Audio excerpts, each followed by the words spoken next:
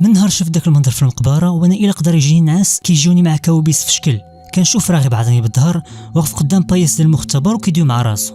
غير كنقرب لعندو باش نشوف وجهو كنلقى عيني مقلوبين فحال مغيب، حوايجو حمرين بالدم، وغير كنشوف لي في يدي كنعرف انه ما كانش كيدوي مع راسو ولكن مع الراس ديال مراتو، وتما فين كضربني الفيقه.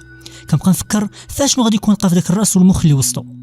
المخ هو مجموعه ديال الخلايا الحيه اللي كتسمى راسها مخ. كيفاش كتشوف، كتسمع، كتحس، كتشم، كيفاش اصلا كتحس بالالم وهي ما فيهاش مستشعرات ديال الالم، كيفاش هذوك الخلايا كامله تخلق فيهم الوعي والادراك. كاع دوك المعلومات اللي كيوصلونا من العالم الخارجي المحطه الاخيره ديالهم هي الدماغ، تما فين كيتعالجوا وكيتعطى لهم معنى. ولكن واش ديك الترجمه والمعالجه اللي كيديرها المخ نقدر نقولوا عليها صحيحه؟ اشنو اللي كيضمن لنا هادشي كيشرحوا مزيان افلاطون في امثله الكهف. تخيل ان ناس عاشوا حياتهم كامله مكبلين بسلاسل وسط كهف تحت من الارض، عمرهم شافوا العالم الخارجي ولا داكشي اللي دار بهم في الكهف ولا ريوسهم ولا حتى الوجوه ديال الناس اللي معاهم. كاع داكشي اللي كيشوفوه هو الظلال ديال الناس، الحيوانات والاشياء في الحيط اللي مقابل معاهم ملي كيدوزوا من قدام تقبل اللي كاين الفوق واللي ديما عاطينها بالظهر. بالنسبه لهم داكشي اللي كيشوفوه هو اللي كاين، هو الواقع والعالم الحقيقي. ولكن واحد النهار واحد فيهم قدر يهرب من الكهف وخرج للعالم الحقيقي اللي كنعرفو حنا. كيفاش غادي تكون ردة الفعل ديالو؟ غير الضوء ديال الشمس بوحدو كافي انه يخليه مده هو اعمى حتى تادابط عينيه على الضوء. دابا واش دماغو يقدر يستوعب كاع داكشي اللي كيشوف؟ كاع دوك الظلال اللي دوز حياته كامله هو غارق فيهم ما هما الا جزء متناهي الصغر من الواقع. ملي رجع من بعد الكهف باش يعاود لصحابو داكشي اللي شاف، باش ينورهم من ظلمات كهف العقل اللي عايشين فيه، حتى حد ما تيقوا. كلشي اعتبروا غير مسطي كيخربق بحوايج خرافيه اللي عمرها تدخل العقل. هكا غادي نوليو مآمنين 100% ان الخروج برا هو حاجه اللي حتى حد بعقله ما خاصو يديرها. دابا من بين الحوايج اللي بغى يوصلنا افلاطون بهذه الامثله هو انه داكشي اللي كنشوفو كنعتبروه هو الواقع ماشي بالضروري يكون هو كلشي. حتى حاجه ما كتضمن لينا انه كاينه غير تبقى وحده ديال الحقيقه. علاش ما يكونوش الناس اللي عايشين برا الكهف ماشي احرار كيف ما كيسحاب لهم، ولكن اسرى كهف اكبر، كهف اللي ما عندوش حيطه من حجر وطين والظلال ديالو ماشي انعكاس ديال الضوء.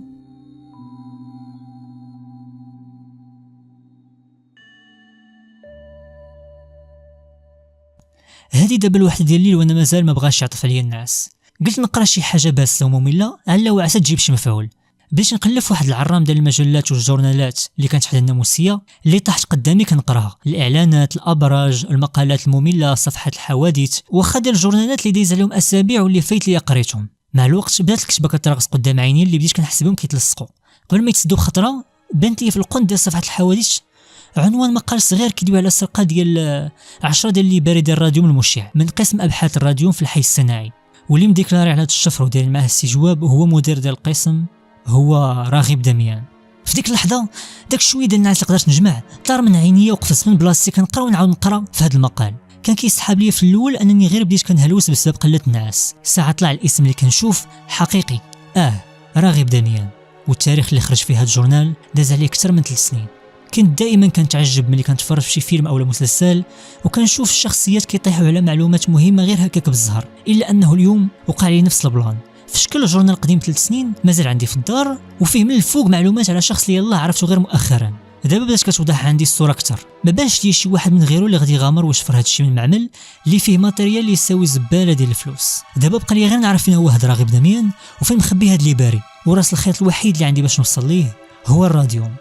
غير طلع الضو ديال النهار مشيت شريت العداد ديال الكايكار. الا فايت لك شفتي المسلسل ديال تشيرنوبل فراك غادي تعرف. عرفتي هي ديك لاباري اللي كتقيس لي غادياسيون اللي كتخرج من المواد المشعه في الراديوم مثلا.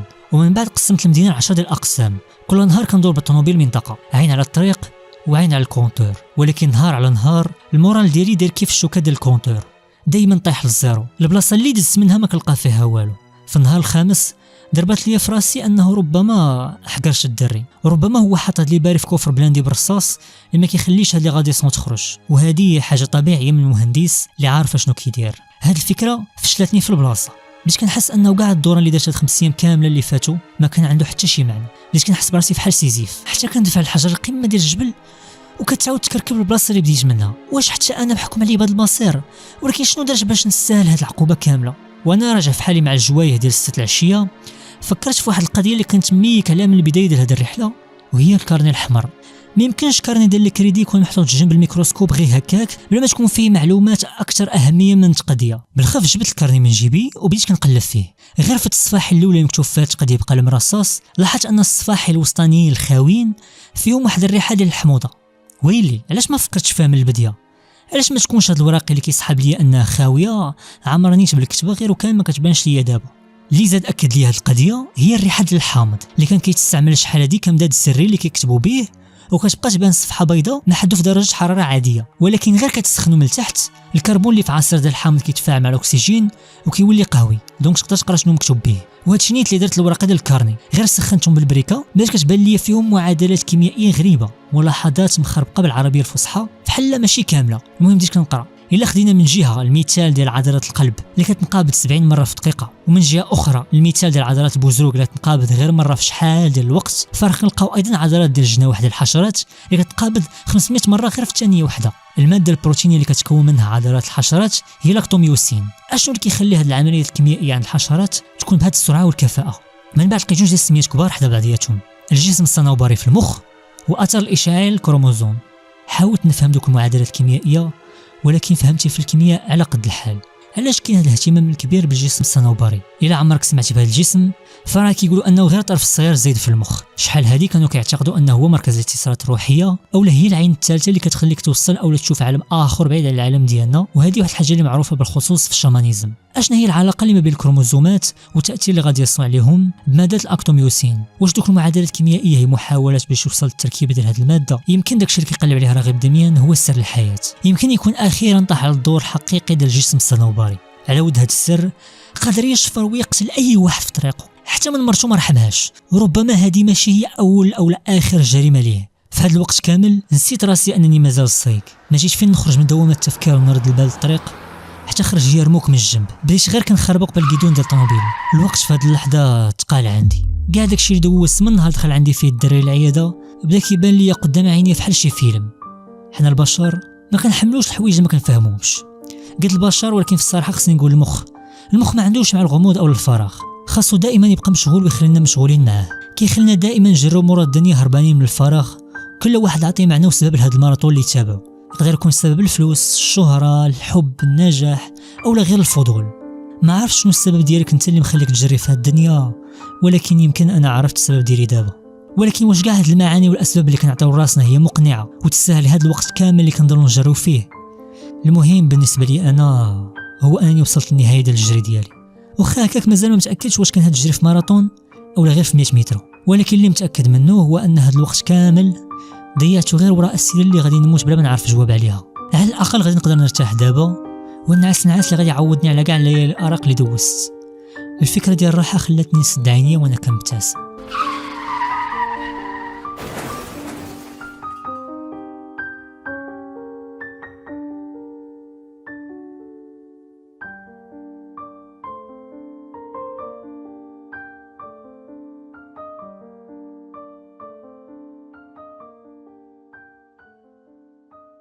بديت كنحل عينيا بشويه بشويه، الا انني واخا هكا كنشوف غير الكحوليه. كاع داكشي اللي داير بيا مظلم وكنشم غير الريحه ديال التراب. واش تدفنت؟ واش انا دابا في القبر؟ شويه حتى كنسمع الصوت ديال الناس كيهضروا كيغوتوا، شي حاجه كتزعزع بيا. مع كل الزعزعه بدا كيبان لي الضوء ديال الشمس، حتى بدا كيبان لي الوصل الطوموبيل ديالي، وبزاف ديال الفلاحه مجموعين كيحاولوا يجروا الطوموبيل اللي كانت مغروسه في التراب. انا مازال حي، انا مازال حي، الله الحمد لله، تكتب لي عمر جديد. ملي خرجت الطوموبيل بشق الانفس من الواحه اللي كانت فيها، بينما واحد من الفلاحه كيعاود لي كيفاش حتى خرجت مباشره في الارض اللي في جنب الطريق، بديت كنسمع واحد الصوت مشد جاي من تحت الكرسي الوراني ديال الطوموبيل. الصوت ديال الكونتور غايغر كيعلمني بلي ديتيكتا اشاعات قريبه من هذه البلاصه، ما يكونوا غير اشاعات ديال الراديوم. وهادشي كيعني قربت البلاصه اللي مخبي فيها الدري. هزيت عيني في البلاصه اللي دايره بيا، ما كاين غير الاراضي الزراعيه، من غير في واحد الارض بعيده بشي 500 متر كتبان فيها واحد الفيلا مخلويه بوحدها غير في الوسط. الاحتمال الوحيد اللي كاين هو ان هاد لي غادياسيون جايه من ديك الفيلا اللي مخبي فيها راغب دميان. واللي زاد شجعني اكثر على هاد الفكره هو الصوت المجهد ديال الكونتور اللي خليني نتاكد ان الراديوم ما محطوش في كفر بلاندي، يقدر كاع يكون خدام به دابا نيت. ديماريت الطوموبيله بشويه وقربت تحت الفيلا، وقفت تحت واحد الشجره وبديت كنفكر شنو ندير. واش نمشي نقصد الباب وندق وليلها ليها؟ لا لا لا لا, لا. هذه اغبى حاجه نقدر نديرها دابا. هكا غادي غير نعطي الفرصه باش يهرب الا كان بصح كاين في الدار. اجي علاش ما نغامرش بالطوموبيل ندور اللور ديال الفيلا حتى يبان لي شي شرجم اولا شي بالكون ونطلع من تما وندخل. وهذا الشيء نيت اللي درت. رجعت ديماري الطوموبيل ودرت على الفيلا من بعيد حتى بان لي واحد البالكون في الطبقه الاولى. قربت تحته، طلعت فوق الكابو ديال الطوموبيل ونقصت لداخل. لقيت راسي في بيت ديال النعاس خاوي. حليت الباب على المرح حتى كيبان لي بيت بابا محلول وشاعل فيه الضوء. الا طليتي من الباب كيبان لك واحد لوطوكلاف كبير. هاد لوطوكلاف بالنسبه للناس اللي ما كيعرفوش كيتستعمل في المختبر باش يوصلوا لدرجه حراره او ضغط عالي. ياك ما الدري داخل دابا المعمل وخدام على شي حاجه، ندخل ولا نتسنى حتى يخرج وندخل نبقشش على خاطري؟ بان لي ان الحل الثاني هو الحل اكثر امان في هذا الموقف. حتى حاجه ما كتضمن لي ان رده الفعل ديالو غتكون مزيانه الا شافني دابا قدامه. رجعت لبيت الناس وتخبيت تحت من الناموسيه ساعه وانا عاصر لتحت، ومع ذلك ولا صوت حركه واحده سمعته من المختبر. وهنا فكرت انه ربما الدري خرج من الدار وخلى الضو شاعل باش يوهم الشفاره والفضوليين انه كاين شي واحد لداخل باش حتى واحد ما يزعم يدخل. هنا زعمت وخرج من البيت ديال الناس. طلعت الفيلا كامله خاويه، كيبان لي غير ضيعت ساعه كامله من حياتي مع الخمله. قصت المختبر حتى كيبان لي الكونطوار كامل عامر بقراعي ديال الزاج كبار فيهم شي حاجه. غير قربت لعندهم لقيتهم بزاف ديال المخاخ بشريه مقطعين ومحطوطين وسط الفورمالين ومحيد منهم غير الجسم الصنوبري. الدم في العروق ديالي تجمد في البلاصه. هاد المنظر ما كنت كنشوفو غير في الافلام ديال الخليع والقتيله، وفي الغالب اللي كيشوفو كيكون هو اول واحد كيموت في الفيلم. ياك ما انا دابا وسط الدار ديال قاتل متسلسل، شي كانيبال اولا شي بسيكوبات اللي عز عليه دار التجارب بالاعضاء البشريه. دورت عيني في المختبر، بزاف ديال المحاليل والقراعين اللي فيهم انسجه حيه، بزاف ديال الميكروسكوبات لي بوغات مرصوصين فوق من الكونطوار، وتحتهم كاين واحد جينيراتور ديال كورون ستاتيك، وفي القنت كاع كاين واحد الكوفر بلاندي برصاص بابو محلول وخاوي من الداخل.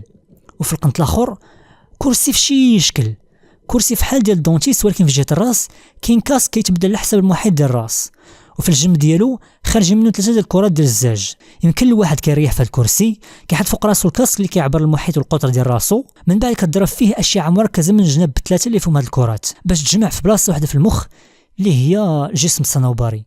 ولكن اشنو نوع الاشعه اللي كتخرج منه؟ واش اشعه الراديوم؟ ربما تكون اشعه غاما ولا بيتا. ولكن منين كيجي هذا الشيء اصلا؟ وهو باش توصل هاد النضال المشعه خاص يكون عندك مفاعل نووي. دورت وجهي في القنت الثالث اللي حدا الباب حتى كتبان لي واحد البلاصه مغطيه بخاميه، عرفتي بحال ديك البلاصه اللي كتدخل لها باش تقيس الحوايج. المهم جريت هاد الخاميه وهي تبان لي في القنت على العلاقه ديال الحوايج، ومقابل مع واحد الباب صغير اللي غير كتحلو كتلقى بيت صغير مضوي غير بالضو ديال اللامبه ديال البيرو، وحده واحد لاباري صغيره وسطها كاينه مدخه ديال الراديوم 100%. هذه هي اللي كتحول الراديوم للاشعه. رجعت للمختبر فين كاينين القراعي ديال المخاخ، كندور وكنشوف الماتيريال اللي كاين تما، اش من اجهزه ديال التقطير، صباغات، محاليل، ميكروسكوبات. حطيت عيني على العدسه ديال واحد من هاد الميكروسكوبات حتى كتبان لي الشريحه عامر بالحيوانات المنويه، ماشي ديال الانسان ولكن ديال الجران. واللي زاد اكد لي هذا الاستنتاج هما البويضات ديال الضفادع وكاع مراحل النمو ديال الضفدع في الميكروسكوبات الاخرى. معنى هذا الشيء هو انه كيدرس عمليه تلقيح البويضه وكيشوف كيفاش كتنقسم وكيفاش كيتخلق الجنين، بالخصوص ان الميكروسكوب مزوم مزيان على النواه ديال البويضه والكروموزوم اللي وسطها. فهمت ملي شفت البيوغات اللي بجنب الميكروسكوب عامر بواحد اللي كيزرق انه باغي يجرب تاثير المحاليل الكيميائيه اللي كيصيب على الكروموزوم. فوق الميدا كاين واحد الدفتر، غير مديت يدي ليه وانا نكرم في بلاصتي حيت سمعت صوت الساروت كيدور في باب الفيلا وشي واحد داخل وبين عليه الزربان. ما بانت لي ديك الساعه غير البلاصه اللي مغطيه بالخاميه، تخبيت من موراها وبقيت كنطل. دخلت الدري ومعه واحد الراجل اللي كبر منه بشويه، تقول في البدايه ديال الربعينات ولابس طاقيه فوق من راسو. الفيغوره ديال راغب دميان كانت كتخلع، لا علاقه مع الدري اللي شفت في العياده. وجهه بيض بحال كيعوم بجبير صباح وعشيه، ورقيق الجلده على العظم. سمعتو كيقول الراجل هو كينعت لي الكرسي: هذه لاباري اللي عاودت لك عليها راه جاي من الالمان، دقه بطلوا داكشي اللي عندك. ولدي ما كرهناش، الله الشفاء يجيب السبابه. صافي غير توكل على الله وكون هاني، دابا حي الطاقيه وريح. غير حي الطاقيه وبانت لي الصرعه ديالو كتبري. فهمت القالب اللي باغي يدير ليه، كيقنعوا ان الكرسي اخر ما كاين في علاج القروعيه ديال الشعر. هكا كيثيق فيه وكيعطيه راسو بخاطر خاطرو باش ديك الساعه يدير فيه ما بغا بلا حتى شي مقاومه من جهه الضحيه. وحتى لما مات ليه وسط التجربه فراه يقدر يستافد من المخ ديالو من بعد. في الصراحه ما كانش داير في بالي في الوقت اللي دخلت فيه لهاد الفيلا انني غادي نشوف جريمه قتل بعيني. غير ريح القرع فوق الكرسي، بدا الدري كيعبر ليه في راسو كيكشف في الدفتر. شويه قاد دوك الكرات بثلاثه باش يفيزو مباشره على السونتر ديال الراس. حل من بعد واحد المجر وجبد منه سورانج جديده، عمرها بداك الليكيد الزرق ودقها لي في العنق ديالو. هز عينو في الماكينه ديال يدو وقال: دابا خاصك غير تسنى 10 ديال الدقائق وغادي نبدا لك التريتمون. سولت راسي علاش 10 دقائق بالضبط. هنا تفكرت ان هذه هي المده باش توصل الماده اللي دقات في الدم للجسم الصنوبري، وبدا ديك الساعه المفعول ديالها وتبقى لي غير لي غادياسيون. خاصني ندير شي حاجه، ما يمكنش نبقى غير واقف كنتفرج.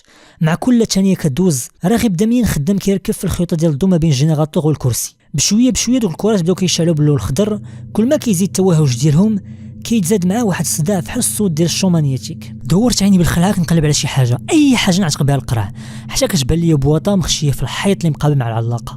حليتها وانا نلقاها المكانه ديال الضو. في ديك اللحظه حسيت براسي بحال كنت غادي نغرق، وشي واحد اخيرا اللي حيا البويض سوفتاج. طيحت الماء ديال الضوء وغرقات الدار كامله في الظلام. سمع الدري كيدمدم وهو طالع عليه الدم. عاوتاني تقطع الضوء. ما يعرفوا هاد الناس واش بنادم خدام ولا كيقرا، تفو على مرض. خدم البيل وقال القرع اللي مازال مريح في الكرسي. عرفتي شنو؟ ما بقاتش خدمه دابا، وزيدون راه قربات طيح الظلمه. عرفتي غدير؟ خلي حتى الغدا ورجع عادي نكملوا. يلا نوصلك لداركم. تما سمعتهم كيحلوا الباب وكيخرجوا. ما حد في هاد البلاصه، فراه ضروري غادي يعيق بيا ملي عرف بلي غير هو اللي مقطوع عنده الضوء. ولكن انا ما غادي نربح والو ولا تواجهت انا وياه فاس فاس. من الاحسن نغامر بالتخبيه ديالي هنا ونخليه يحس بلي كاين غير هو هنا باش يخدم على طبيعته. حتى حسيت بلي صافي بعدوا على الفيلا وانا نردو كيف كان. من مور شي ربع ساعه فحال هكاك سمعت الصوت ديال الباب كيتحل والدري داخل بوحدو. غير شاف الضو الشاعل سمعتو كيضرب في يدو كيقول كون غير تسنينا شويه. من بعد حل الدفتر اللي محطوط فوق الميده، شوفها فيه وشوفها في الميكروسكوب شويه واش الشريحه اللي كان كيشوف ولا حاف الدارو.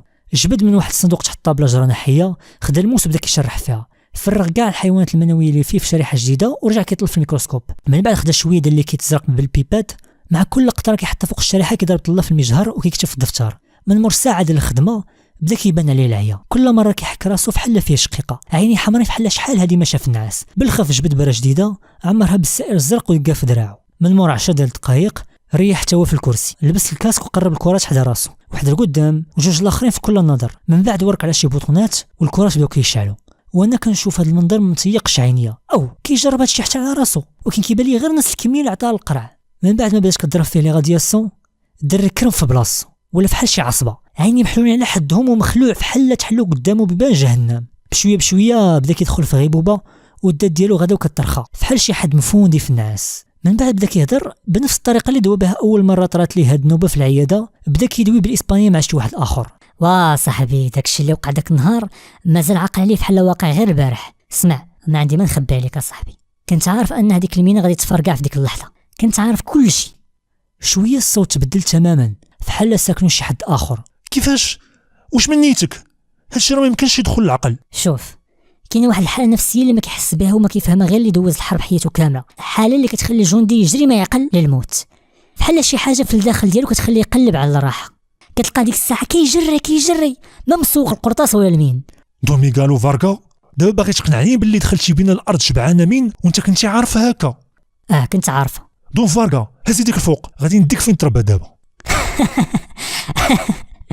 وكيفاش غادي يديني فين تربى؟ شنو غادي تشد فيا كاع؟ واش ما كتشوفنيش مكوفر هادي مده في القبص من راسي رجليا فحال شي موميا باغي تشد القبص وتحطو في الحبس.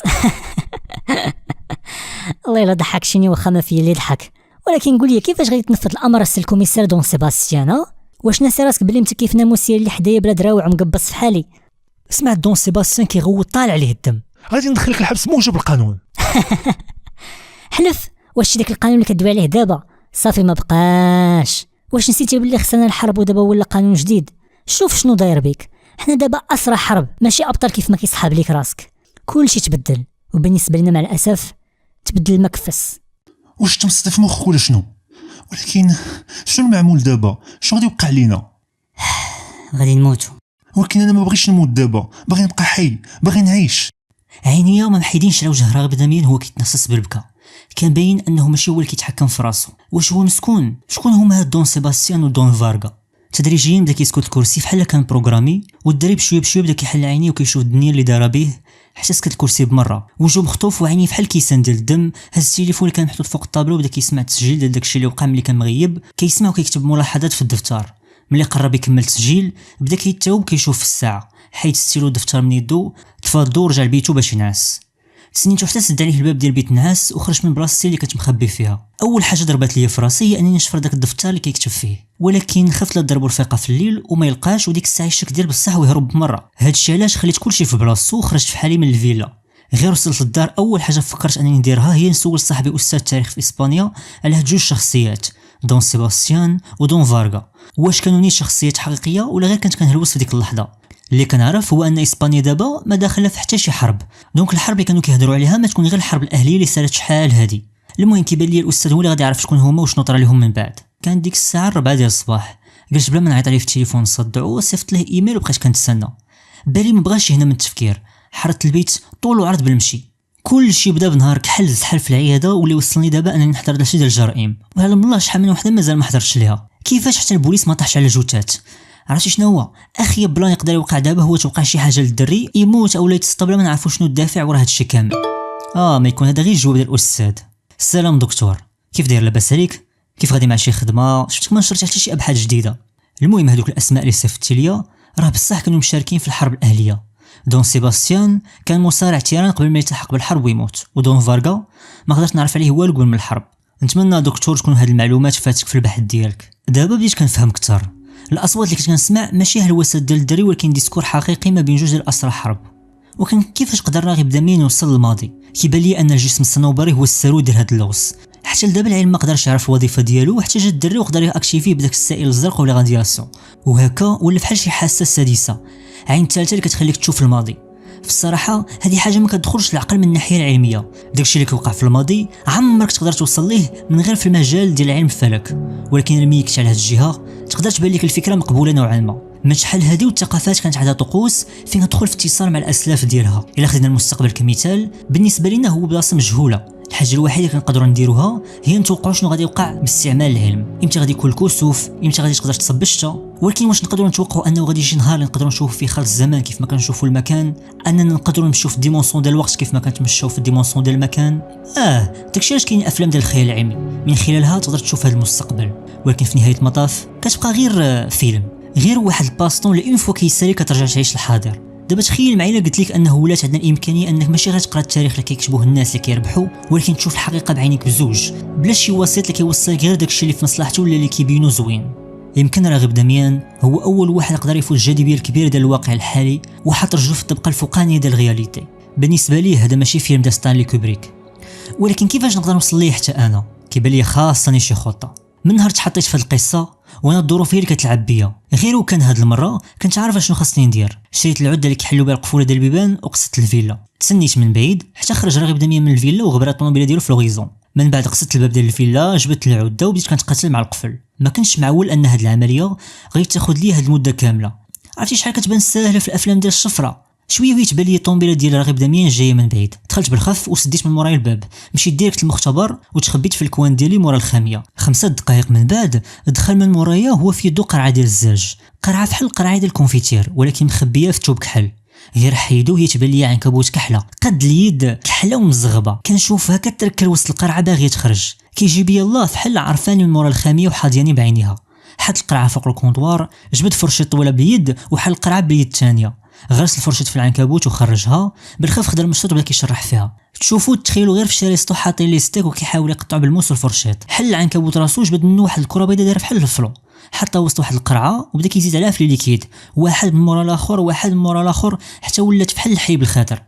حط القرعه في واحد الماكينه اللي كتبقى تدور بالزربه لمده شي 3 دقائق بحال هكاك. من بعد طفى الماكينه وخرج القرعه. كانت السوليوشن وقع لها بريسيبيتاسيون، البيوديه حتلات لتحت، واحد ليكيد ترونسبارون بقى الفوق. من بعد بقى كيخلط فيه مع المحاليل الاخرى حتى انا صافي لاشيت في ديك اللحظه، ما قدرتش نبقى متبع معاه. المهم اخر حاجه دارها هي ان هذا الليكيد ولا صفر، حطو في لوطوكلاف مورا معمر الماكينه ديالو، سدو مشى ينعس. ما خرجش من بلاصتي ديك الساعه حتى تاكدت انه ولا ثقيل في بيت الناس. مشيت مباشره للوطوكلاف. لاباراي كانت بروغرامي على 2 ساعات ديال الخدمه، يعني قدامي 2 ساعات قبل ما تصوني وتفيق الدري من الناس. قربت للعنكبوت المشقوق، راسو كان محلو كيف ما شفت من بعيد، ولكن نقص منه غير الغده اللعابيه. حليت الدفتر اللي محطوط في الجنب، اغلب الصفحات مكتوبه بكود اللي ما تقدرش تفهمو من غير الا عندك الحل ديالو. كتبان الكتابه فحال شي ليسته ديال المقادير، خلاصه براعم ديال نبته الاكاديميا، سرعه نمو البويضه الملقحه في سوليسيون بازيك، وشي كلمات وجمل اخرى اللي مضروب عليها بالسيلو كحل، ارقام عبارات وعمليات حسابيه اللي ما قدرش نعرف عليها اش كدل. اشنو العلاقه ما بين هاد المعطيات كامله؟ الحاجه اللي بانت لي كتربط ما بيناتهم هي سرعه النمو. الغده اللعابيه ديال العنكبوت اللي كتنتج وكتفرز الخيوط ديالها، هادشي علاش ديما كتلقاها خدامه وكتجدد. والحيوان المنوي معروف عليه انه البذره ديال الحياه والنمو، يعني هو كيقلب يصيب الماده اللي كتنشط اولا كتحفز الحياه والنمو. واخا حتى لهنا كيبان لي هادشي مفهوم. هزيت عيني من على الدفتر ودورتهم في اللابو، ربما تكون شي حاجه تزادت فيه من اخر مره جيت لهنا. شويه تجي عيني في قرعه في القند ديال البيت فيها شويه ديال اللي كيتزرق. قربت وني فيه وهي تجيني فيه واحد الريحه بحال الريحه ديال الثومه. في ديك اللحظه سمع الصوت ديال الباب اللي قدامي كيتحل بالزربه. عيني جات في العين ديال راغب داميان، كانوا عيني فحال الصوره ديال الشيطان في اغلب الافلام، حمرين وشبعانين عروقه، داخلين وكحلين بكثره ليسرن، شعرو مشعكك ورجليه ما قادينش يهزوه. وقف وشاد غير في الكادر ديال الباب، حل فمو ولكن الصوت ما كيخرجش منه. مد يديه في جهه القرعه اللي هز في يدي والقون ديال فمو بيض بالرغوه. طلع واحد التنهيده طويله وطاح في الارض. مشيت كنجري لعندو، مره عيني كيتسدوا كيتحلوا وبزز باش كيقدر يطلع النفس. دور عيني في لابو كامل وبدا كيتمتم. انا ما قتلتش حد، انا قتلت غير راسي. هذوك اللي ماتوا حيت عاشوا العمر ديالهم كامل وفاتوا ليه، عاشوا مليون عام. تخيل بدا ما كيقنعش، اش بغاو اكثر من هادشي؟ حتى انا عشت مليون عام. عرفتي شفتك ملي تولدتي اول مره، وما كانش هذه غير هي المره الوحيده اللي تولدتي فيها، انت تولدتي مرات ومرات. في الحقيقه انت شارف بزاف، عمرك فايت العمر ديال الاهرامات. كان كيشوف داكشي اللي دار بيه وكيتبسم. بأي سميه بغيتي نعيط عليك؟ واش بسميتك في وقت المماليك، اولا في ايام الاتراك، اولا في ايام الرومان، اولا في البابل؟ تخيل في واحد الوقت كان سميتك عبد المولى الكلون. ملي سمعت هاد السميه بالرغم من الغرابه ديالها الا انه حسيت باللي ماشي هذه اول مره يعيط عليا شي واحد بها. عرفت راه كنتي كلون مهرج ديال السي الحاكم، تتنقز وتشقلب باش تضحك وتفوج عليه. قصي هو قد دراعي هادي اللي هزك ويهرب بك. كنت فيما كنشوفو كنموت عليك بالضحك، وعلى الاقل بعدا كنتي كتقول الخدمه ديالك. دكتور محمود داوود الصغير والكبير كيعرفك ويقدر القيمه ديالك وكيحترمك. فينك دابا من عبد المولى الكلون. كل واحد فينا عنده تاريخ، عنده قصه طولها الملايين ديال السنين. دابا واش ما باغيش تعيش هادشي كامل؟ انا عندي لك السر اللي غادي يخليك تعيش مليون عام، تعيش الماضي صوت وصوره، تقلب صفاحيه كيف ما تبغي. المخ عالم كبير ومعقد بزاف، داير فحال شي مكتبه، كل يوم في التاريخ مكتوب فيه حرف بحرف ومحفوظ تماما. شحال هادي من نهار تخلقات الحياه، واش مستعد تقرا حروفه؟ انا صافي فات فيا الفوت، هذه هي الاخر ليا، بقات لي دابا غير الموت. بدات كتظلم بيا الدنيا. شد راسو بيديه بزوج وبدا كيغوت. وانا ما قتلت حد، واش ما باغينش تفهموا؟ مرتي ما كانش مستعده، هي اللي طمعت فلوس كبيره. وعباد الله راني كنموت دابا. عطيت لكل واحد فيهم مليون عام، عطيتهم بلا مقابل، ولكن ملي وقفت غير على لحظه واحده تزاد لي في عمري دابا ما لقيتهاش. انا دابا غير حال العينيه ما قادرش نرمش باش ما نضيع حتى شي لقطه. تقول فحال سرت لساني في بالي اكثر من سؤال، لكن المهم فيهم هو نعرف حاجه وحده. مناش مصيب اللي كيتزرق ودوي سربي ليكيد. التركيبه ديالو ودوي دغيا دوي.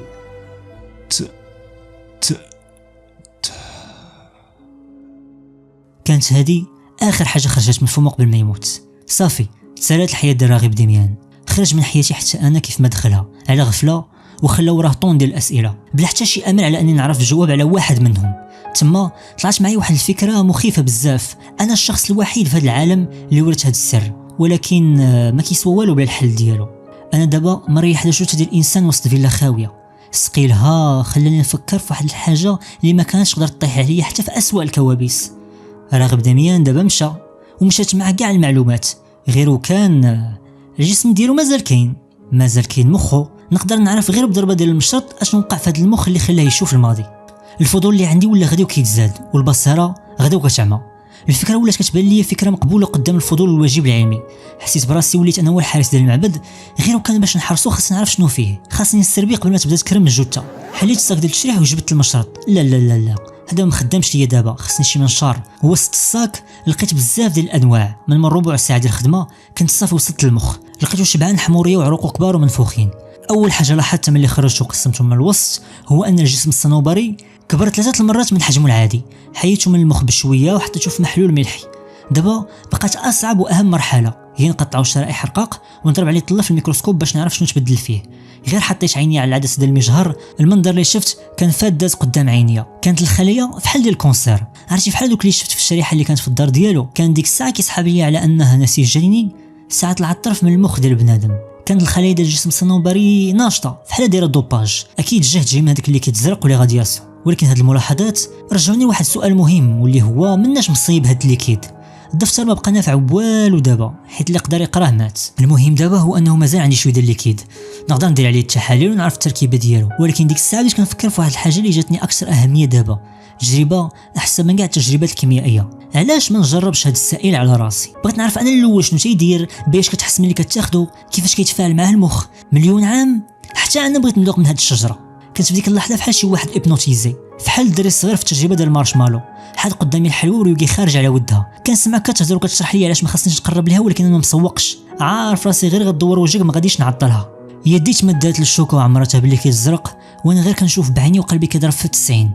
بدفعه خفيفه من الصبع الكبير ديال يدي بديت كنحس بالسائل كيدوز في العروقه. كل ما كيزيد يتحرك مع الدم كنحس بواحد الاحساس غريب، عرفتي بحال ملي كتكون عطشان وكتشرب بوناده بارده. ايوا فحال هكاك كلشي بدا كيبان لي زوين وكيبري، واحد السعاده اللي ما كتوصفش. حليت عيني في الساعه الحيط وانا نتفكر 10 دقائق اللي خاصني نوجد فيها قبل ما نريح في الكرسي. لبست الكاسك، فيكسيت الكرات على البلاصه اللي فيها جسم الصنوبري في راسي، وركت على البوطونات كيف ما شفت الدري كيدير، وجلست كنتسنى غير تسالي 10 دقائق باش نبدا. 5 4 3 2 1.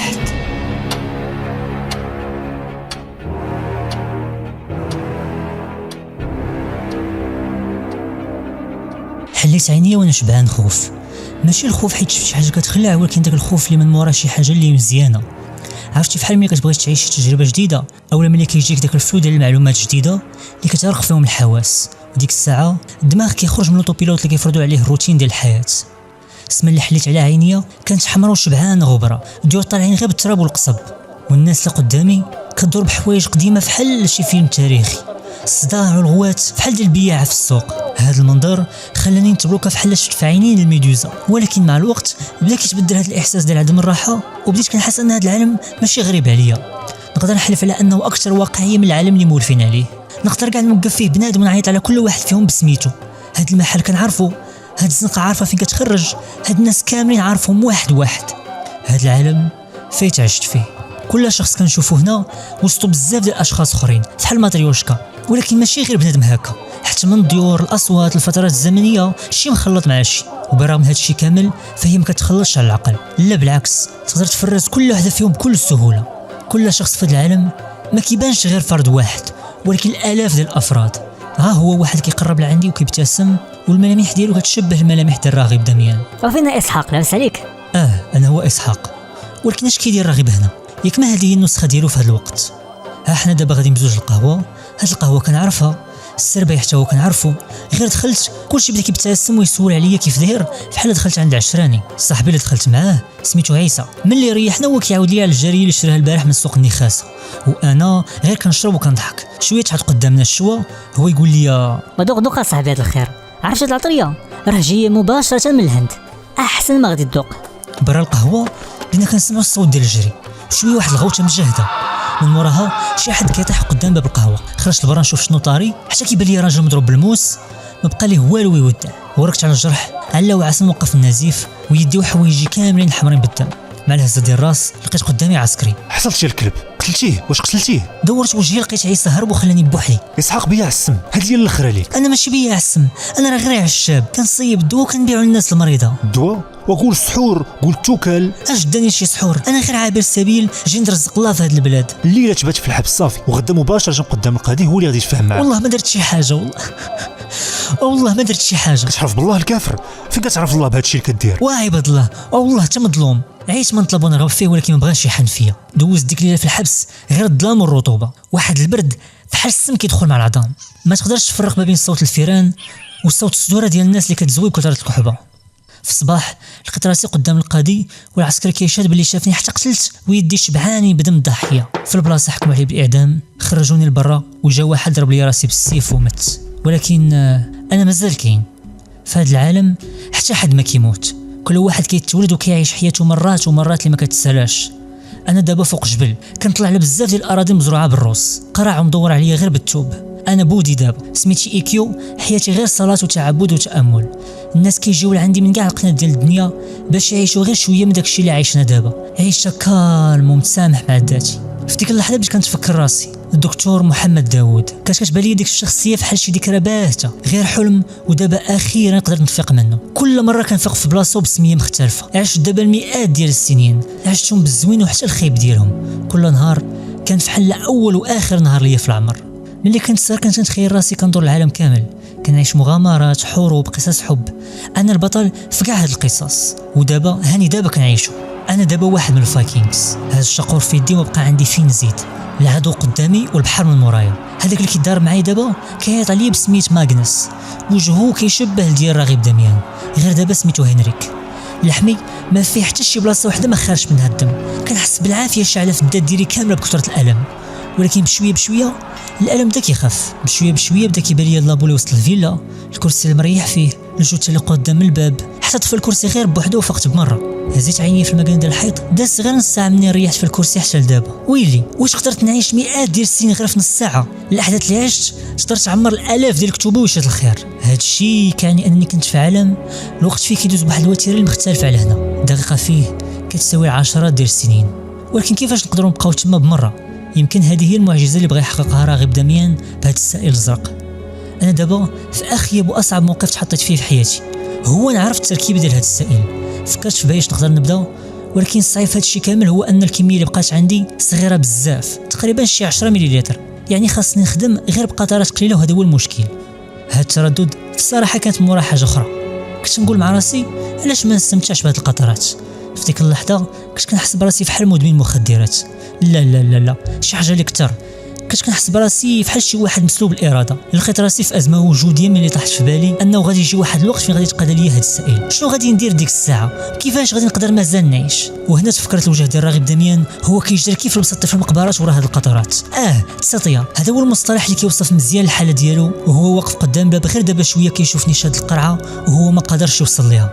ما عقلت على راسي حتى لقيت البرا عامره بالسائل ومضروبه في ذراعي، ولحمي كامل كيتبورش عليا. ريحت في الكرسي وما جات فين دوز 10 دقائق حتى وركت على البوطونه الحمراء ودخلت للعالم الاخر. اي كنحس بضربات المصوت على ظهري العريان، وكنشوف بزاف ديال الناس اللي معايا كندوروا على واحد الرحه كبيره اللي كتعصر الزيتون. شكون هاد خينا اللي كيضرب بالمصوت؟ راغب داميان عاوتاني كيضرب وكيغوت علينا باش نخدموا بالزربه قبل ما تطيح الظلمه. بلاتي، ولكن انا ماشي بنادم، انا طور عندي الصوت ديالو. كنمشي على 4 رجلين. اهتماماتي في الدنيا قليله وبسيطه بزاف، ناكل نشرب ونعس. واحد الراحه اللي ما كتصورش. حتى حد فيكم ما جرب النعاس ديال التور؟ انا جربته وحسدت عليه. بالنسبه للناس الشوفه ديال التور في العيد الكبير كتألمهم بزاف، ولكن النهار اللي كانوا غاديين بيا باش يعيدوا بيا الالم داز بالخف ومن بعد كلشي تسالى. حليت عينيا لقيت راسي في غابه، حتى لدابا ما عارف شنو انا. الغابه شبعانه شجر طويل وعريض وداير بهم مستنقعات. الصوت الوحيد اللي حدايا هو صوت الريح اللي كيضرب في الشجر. الشتا خيط من السماء والجو شبعان يوميديتي. الماء ديال المستنقعات دافي ومره كيخرج منه دي غاز. المهم في هذا المنظر كامل ما كاين حتى شي مخلوق. الوقت هنا كيدوز بواحد التقوليه اللي ما كتصورش، فحال ما كايناش كاع شي حاجه سميتها الوقت. شويه وانا نعرف شنو انا شجره. في هاد اللحظه فقت فوق الكرسي وانا متيقش هادشي اللي وصلت ليه. ما تخيلتش نرجع باللور هاد الدرجه. حيت الكاس من فوق راسي ونص بالزربه كنكتب داكشي اللي عشت باش ما ننسى على حتى شي حاجه. بالقنت ديال عيني شفت القرعه ديال السائل ولات في شي شكل، اللون الزرق ديال الليكيد ولا خضر، حتى من ريحته تبدلات، من ريحته من ريحه العفن. كيبان لي انه صافي خسر هاد الليكيد، ماشي بعيد تكون كاع تبدلات الخصائص ديالو. دابا ولا من المستحيل نعرف مناش كان مصيب. الخلعه ما بغاش تحيد مني وانا كنفكر بلي عمري نقدر نوصل للعالم الاخر مره اخرى. حسيت براسي واحد من دوك الناس اللي عايشين في كهف افلاطون. لا ماشي هذوك اللي ما عمرهم ما خرجوا، لا الجهل ديال هذوك الناس بالعالم البراني ما كيزيدهم ما كينقصهم. لا انا فحال هذاك اللي خرج وشاف العالم الخارجي كيفاش داير، ولكن تفرضات عليه انه يرجع في حاله بمره. لا ما يمكنش ندخل هادشي لراسي، ما يمكنش نعيش هادشي اللي بقى لي من عمري محبوس هكا. عمرت البرا بداكشي اللي بقى من الليكيد وضربته في دراعي. ما غادي نرتاح حتى نتاكد. ريحت كيف العاده في الكرسي ووركت على البوطونه الحمراء. واسي وبارك من الغوات، راك فرحتي لنا راسنا بهادشي. يلا هنوض راك كتسنى فيك الطبيبه.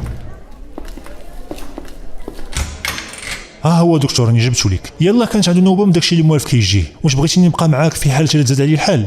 لا غير خرج وسد الباب من موراك. الا بغيتك راه غادي نعيط لك. واخا المهم انا مورا الباب، الا بغيتيني عيطي عليا. سلام، علي ولا محمود ولا اسحاق ولا عبد المولى، باش بغيتي نعيط لك؟ ليمونه. كيفاش؟ انا ليمونه. كنحس براسي مدلي في الفوق ديال الشجره والبرد كيضرب فيا من كاع الجوايه. هذه ما تكون غير البدايه ديال فصل الربيع. لتحت كيبان لي واحد الدري كيلعب ويضحك مع صحابو، وجهه ما خافيش عليا، وجهه كيشبه الراغب داميان ملي كان صغير. هو دابا كينعت بصبعو وجهتي وكيتخاطر مع صحابو على انه يقدر يوصل حتى الليمونه الفوقانيه في اقل من ربع ساعه. واش كتاخذ دواك؟ لا انا مزروع طبيعي، خليني من داكشي ديال الكيماوي وداك التخربيق. لا الحاله ديالك غدا وكتكفس. الجرعه اللي عطيتك اخر مره ما بقاتش قاداك، ضروري نزيد لك في الدوز. ادم صافي غير اجي رجعوا لبيتو. ما كذبوش ملي قالوا دوا من الحال من المحال. الدكتور علي داميان كان طبيب عندنا في هذا السبيطار. كلشي بدا هادي 6 سنين، نهار لقاو عند ولدو راغب داميان ورم في المخ، بالضبط في الغده الصنوبريه. الخبر طاح على عائله داميان بحال الصاعقة. الدري كان ضروري يديروا ليه عملية باش يحيد الورم. نسبة النجاح هاد العملية قل من 5%. قدام كاع هاد المعطيات علي هو اللي قرر يدير ليه العملية، عينما نصحوا فيه يخلي جراح آخر يديرها حيت حالته النفسية ما مستقراش. ساعة ما سمعش الهضرة ودار لي فراسو، ولكن مع الأسف ما نجحتش العملية وولدو مات بين يديه. العلاقة ما بينه وبين ولدو من الأول ما كانش هي هذيك. راغب ما كانش باغي يقرا، كان مبلي وعزيز عليه الغنى، وباه ما لقى معاه حتى شي حل من غير انه يصيفطو بزز منه المدرسة داخلية في اسبانيا. ملي رجع من تما وهو حاقد على باه، حتى من الدار ما بقاش كيريح فيها ملي كيعرفو كاين الموت ديال ولدو الوحيد، واللي بسببه خلى مرتو تطلقو حيت كانت كتشوفو هو السبب في العيشه المكفسه ديال ولدهم. خلاتو من تما وهو منعزل على المجتمع في المختبر ديالو كيحاول يعرف علاش جا هاد الورم لولدو. داز ايام وشهور والحاله ديال علي ولات غادا وكتكفس، ولا غادي وكينفصل على الواقع. ديبرسيون، ادمان، ديبيرسوناليزاسيون، بارانويا، اضطراب تعدد الشخصيات. تكونت عنده العشرات ديال الشخصيات كآلية دفاع كتحميه من الصدمة.